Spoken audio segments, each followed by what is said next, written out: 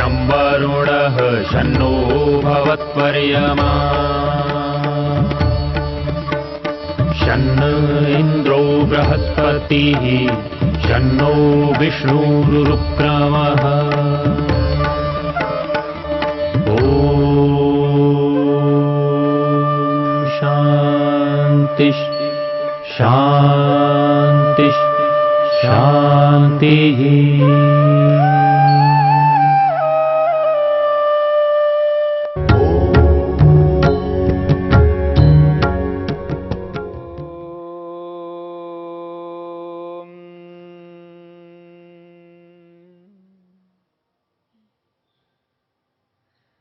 ईश्वर के स्वरूप को लेकर के हम विचार कर रहे हैं। ईश्वर का क्या स्वरूप है? ईश्वर को ईश्वर क्यों कहा जाता है? मनुष्य का क्या स्वरूप है? मनुष्य को मनुष्य क्यों कहा जाता है? किस लिए मनुष्य है और किस लिए ईश्वर है? महर्षि पतंजलि ने योग में ईश्वर के स्वरूप को बता करके यह स्पष्ट कर दिया है कि मनुष्य मनुष्य ही होता है और ईश्वर ईश्वर ही होता है। ईश्वर कभी मनुष्य नहीं बनता, शरीर धारण नहीं कर सकता, शरीर के बंधन में ईश्वर कभी नहीं आ सकता और मनुष्य मनुष्य ही रहेगा, मनुष्य कभी ईश्वर नहीं बन सकता। और जब मनुष्य शरीर को त्याग करता है, शरीर से अलग होता है, तो दोबारा शरीर को प्राप्त करने के लिए उसको अग्रसर होना होता है, उसके कर्मों के अनुसार उसको दोबारा शरीर को प्राप्त करना होता है। यदि कोई मनुष्य विशेष उन्नति करके, योगाभ्यास करके, योग को अपना करके, समाधि लगा करके, ईश्वर का दर्शन करके अपनी अविद्या को, संस्कारों को, कुकर्मों को समाप्त करके जब मुक्त होता है, मोक्ष को प्राप्त करता है, उसको मुक्ति में रहते समय दुख प्राप्त नहीं होता और जब तक मुक्ति में रहता है तब तक सुखी रहता है।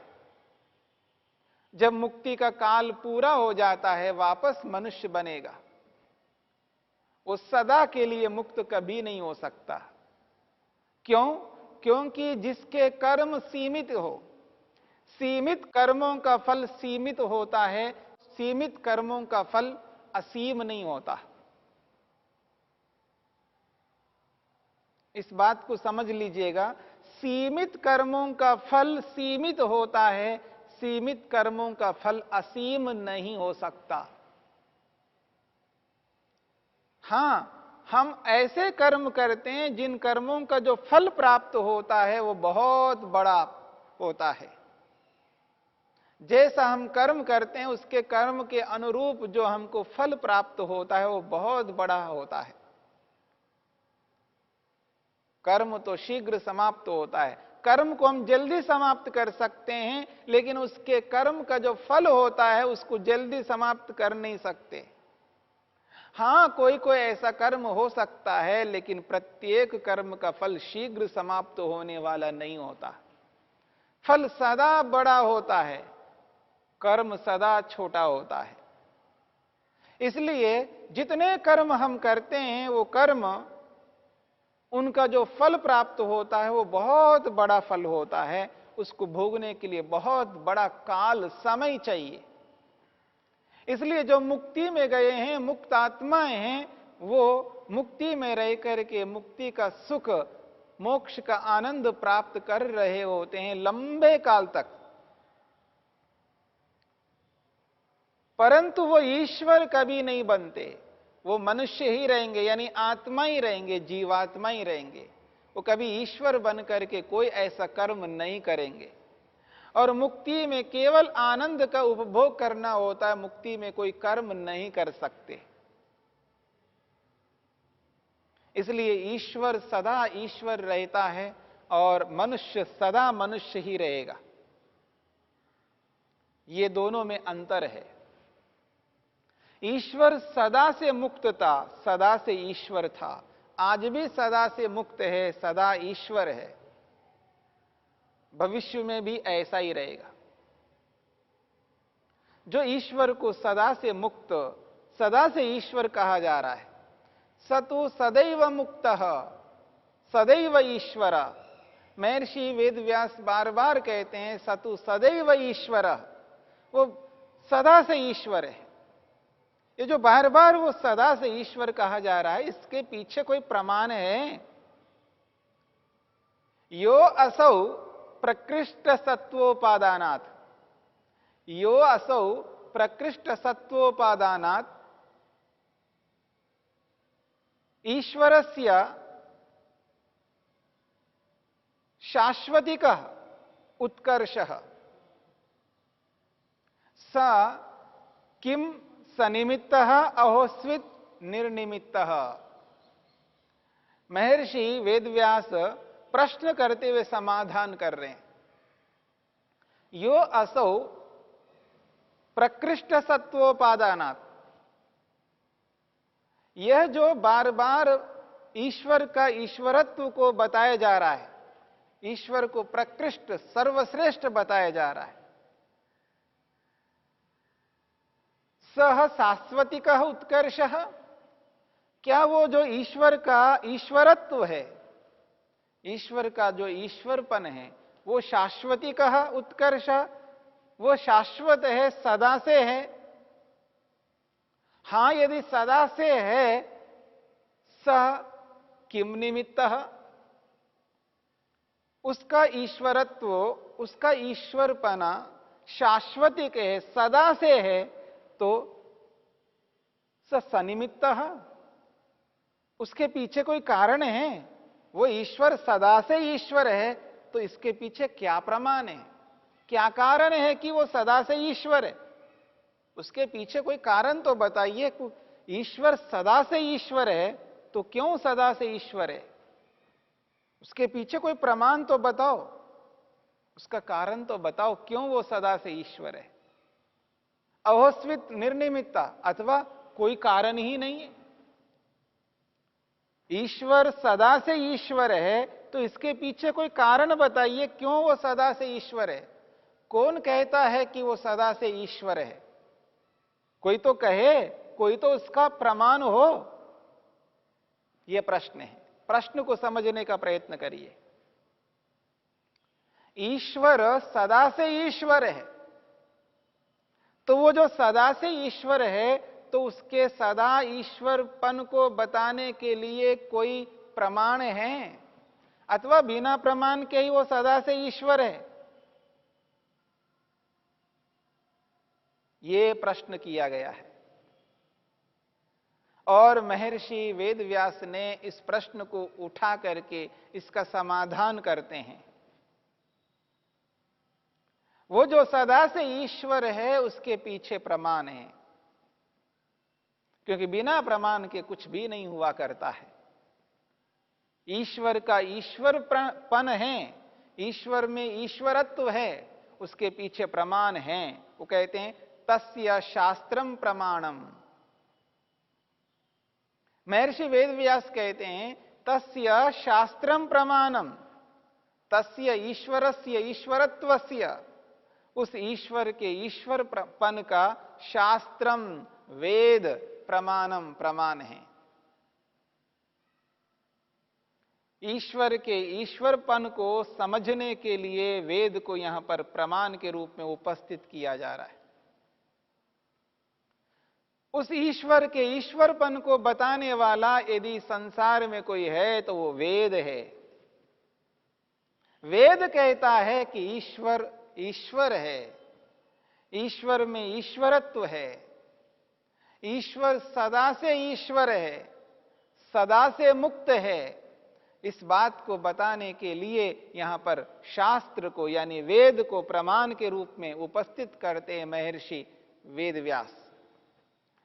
तस्य शास्त्रम प्रमाणम, उस ईश्वर के ईश्वरत्व में वेद प्रमाण है।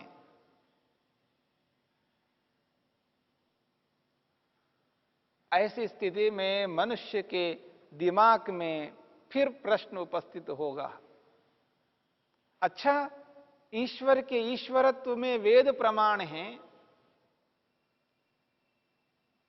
यदि वेद को प्रमाण मानते हैं तो उस वेद का भी प्रमाण बताइए।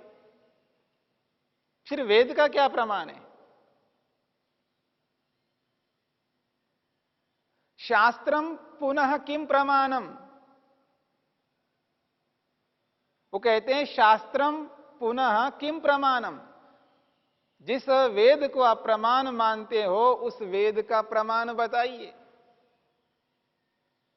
यहां पर ईश्वर के ईश्वरत्व में वेद को प्रमाण के रूप में प्रस्तुत किया है, तो उस वेद पर प्रश्न उठाया जा रहा है, उस वेद का प्रमाण बताइए। वेद का कौन प्रमाण है?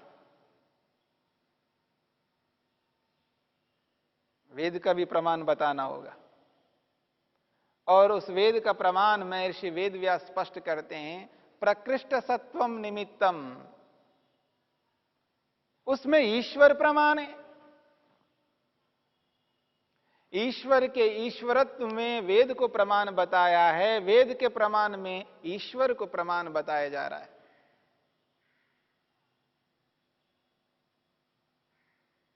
बात को समझने का प्रयत्न करना है। ईश्वर के ईश्वरत्व में, वो सदा से ईश्वर है, इसके पीछे क्या प्रमाण है? तो प्रमाण बताया वेद। वेद ये कहता है कि ईश्वर है, ईश्वर में ईश्वरत्व है, इस बात को वेद कहता है कि वेद ईश्वर है।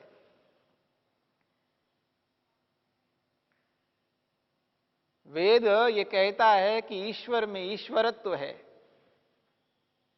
तो अब ये कहना चाहते हैं कि फिर उस वेद का क्या प्रमाण है?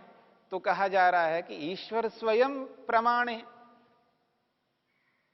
ईश्वरत्व को सिद्ध करने के लिए वेद को प्रमाण माना है, और वेद को प्रमाण सिद्ध करने के लिए ईश्वरत्व को माना जा रहा है, एक दूसरे को प्रमाण माना जा रहा है। एक उदाहरण से इस बात को समझने का प्रयत्न करना। हमारे सामने दो प्रकार के फल है, दो फ्रूट हैं। देखिए, एक है जामुन, बरसात में जामुन आता है, काला जामुन। जामुन एक फल है, और एक एप्पल है, सेव है। एक सेव फल है और एक जामुन है। दो फल हमारे सामने हैं। हमने किसी से पूछा, ये जो जामुन है ये छोटा है या बड़ा है? ये जो जामुन है ये छोटा है या बड़ा है? तो कहेगा छोटा है। अच्छा, जामुन छोटा है, किस आधार पर बता रहे हो कि ये छोटा है? देखो, सेव की अपेक्षा से ये जामुन छोटा है, सेव की अपेक्षा से ये जामुन छोटा है। यानी जामुन को छोटा सिद्ध करने के लिए प्रमाण दिया जा रहा है सेव का। बात को समझने का प्रयत्न करना। ये जो जामुन है ये छोटा इसलिए है, इस सेव की अपेक्षा से ये छोटा है, यानी सेव का प्रमाण दिया जा रहा है। अब उसी से यदि हम पूछे कि ये जो सेव को बड़ा बता रहे हो, ये क्यों बड़ा है? ये जो सेव फल है ये बड़ा है, तो क्यों बड़ा है? तो कहता है ये जामुन की अपेक्षा से, जामुन की अपेक्षा से सेव बड़ा है, और सेव की अपेक्षा से जामुन छोटा है।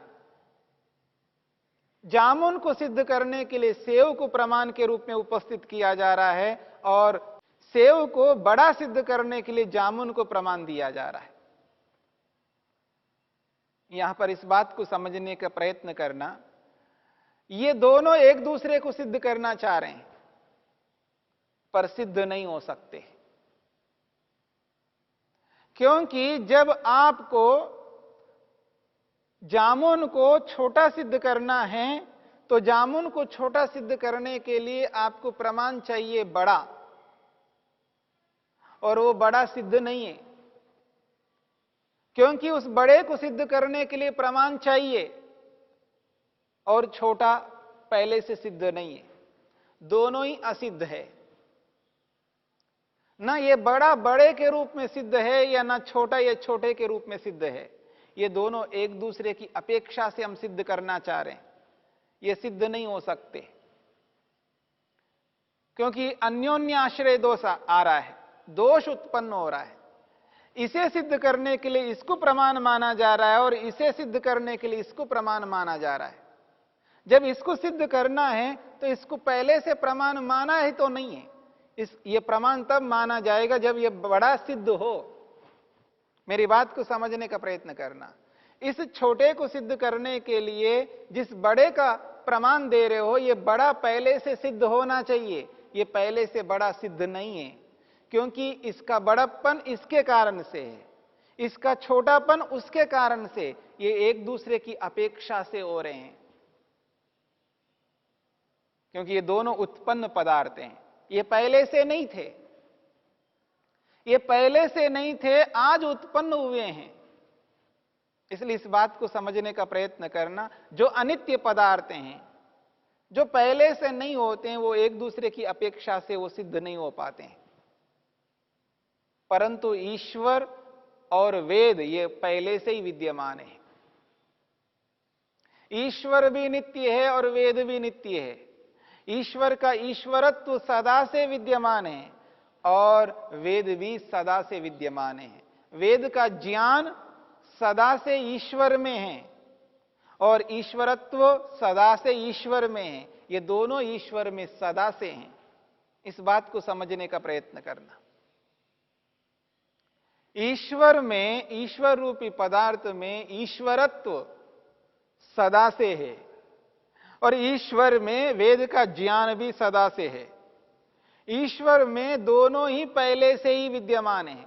जब से ईश्वर है तब से ईश्वरत्व है, जब से ईश्वर है तब से वेद है। इसलिए यहां पर अन्योन्य आश्रय दोष नहीं आ सकता, क्योंकि ये नित्य है। नित्य पदार्थों में अन्योन्य आश्रय दोष इसलिए नहीं आता है क्योंकि ये पहले से ही सिद्ध है। नित्य पदार्थ सिद्ध होते हैं, उनको सिद्ध करने के लिए किसी भी प्रमाण की आवश्यकता नहीं होती है। नित्य पदार्थ पहले से ही हैं, उनको सिद्ध करने की कोई आवश्यकता नहीं रहती, क्योंकि वो पहले से विद्यमान है। तो इस दृष्टिकोण से आप देखेंगे, ईश्वर का ईश्वरत्व पहले से ही है और वेद ज्ञान भी पहले से है। ये दोनों ईश्वर में सदा से विद्यमान हैं। इसलिए कहा जा रहा है ईश्वर सदा मुक्त है, सदा ईश्वर है। इसलिए जो ईश्वर सदा से मुक्त हो, कभी वो बंधन में नहीं आ सकता। बंधन में तो वही आता है जो सदा मुक्त नहीं रहता। वो कभी शरीर में आता है, कभी शरीर से हट जाता है। इसलिए सदा ईश्वर ईश्वर रहेगा और सदा मनुष्य मनुष्य रहेगा। मनुष्य ईश्वर नहीं बन सकता और ईश्वर मनुष्य कभी नहीं बन सकता। इस बात को समझने की चेष्टा करनी है।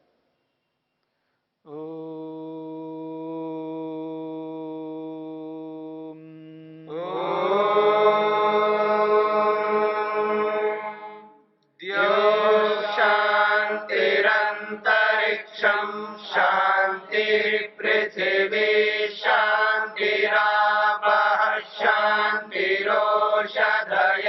शांतिः वनस्पतयः शांतिर्विश्वे देवा शांतिर्ब्रह्म शांति सर्वं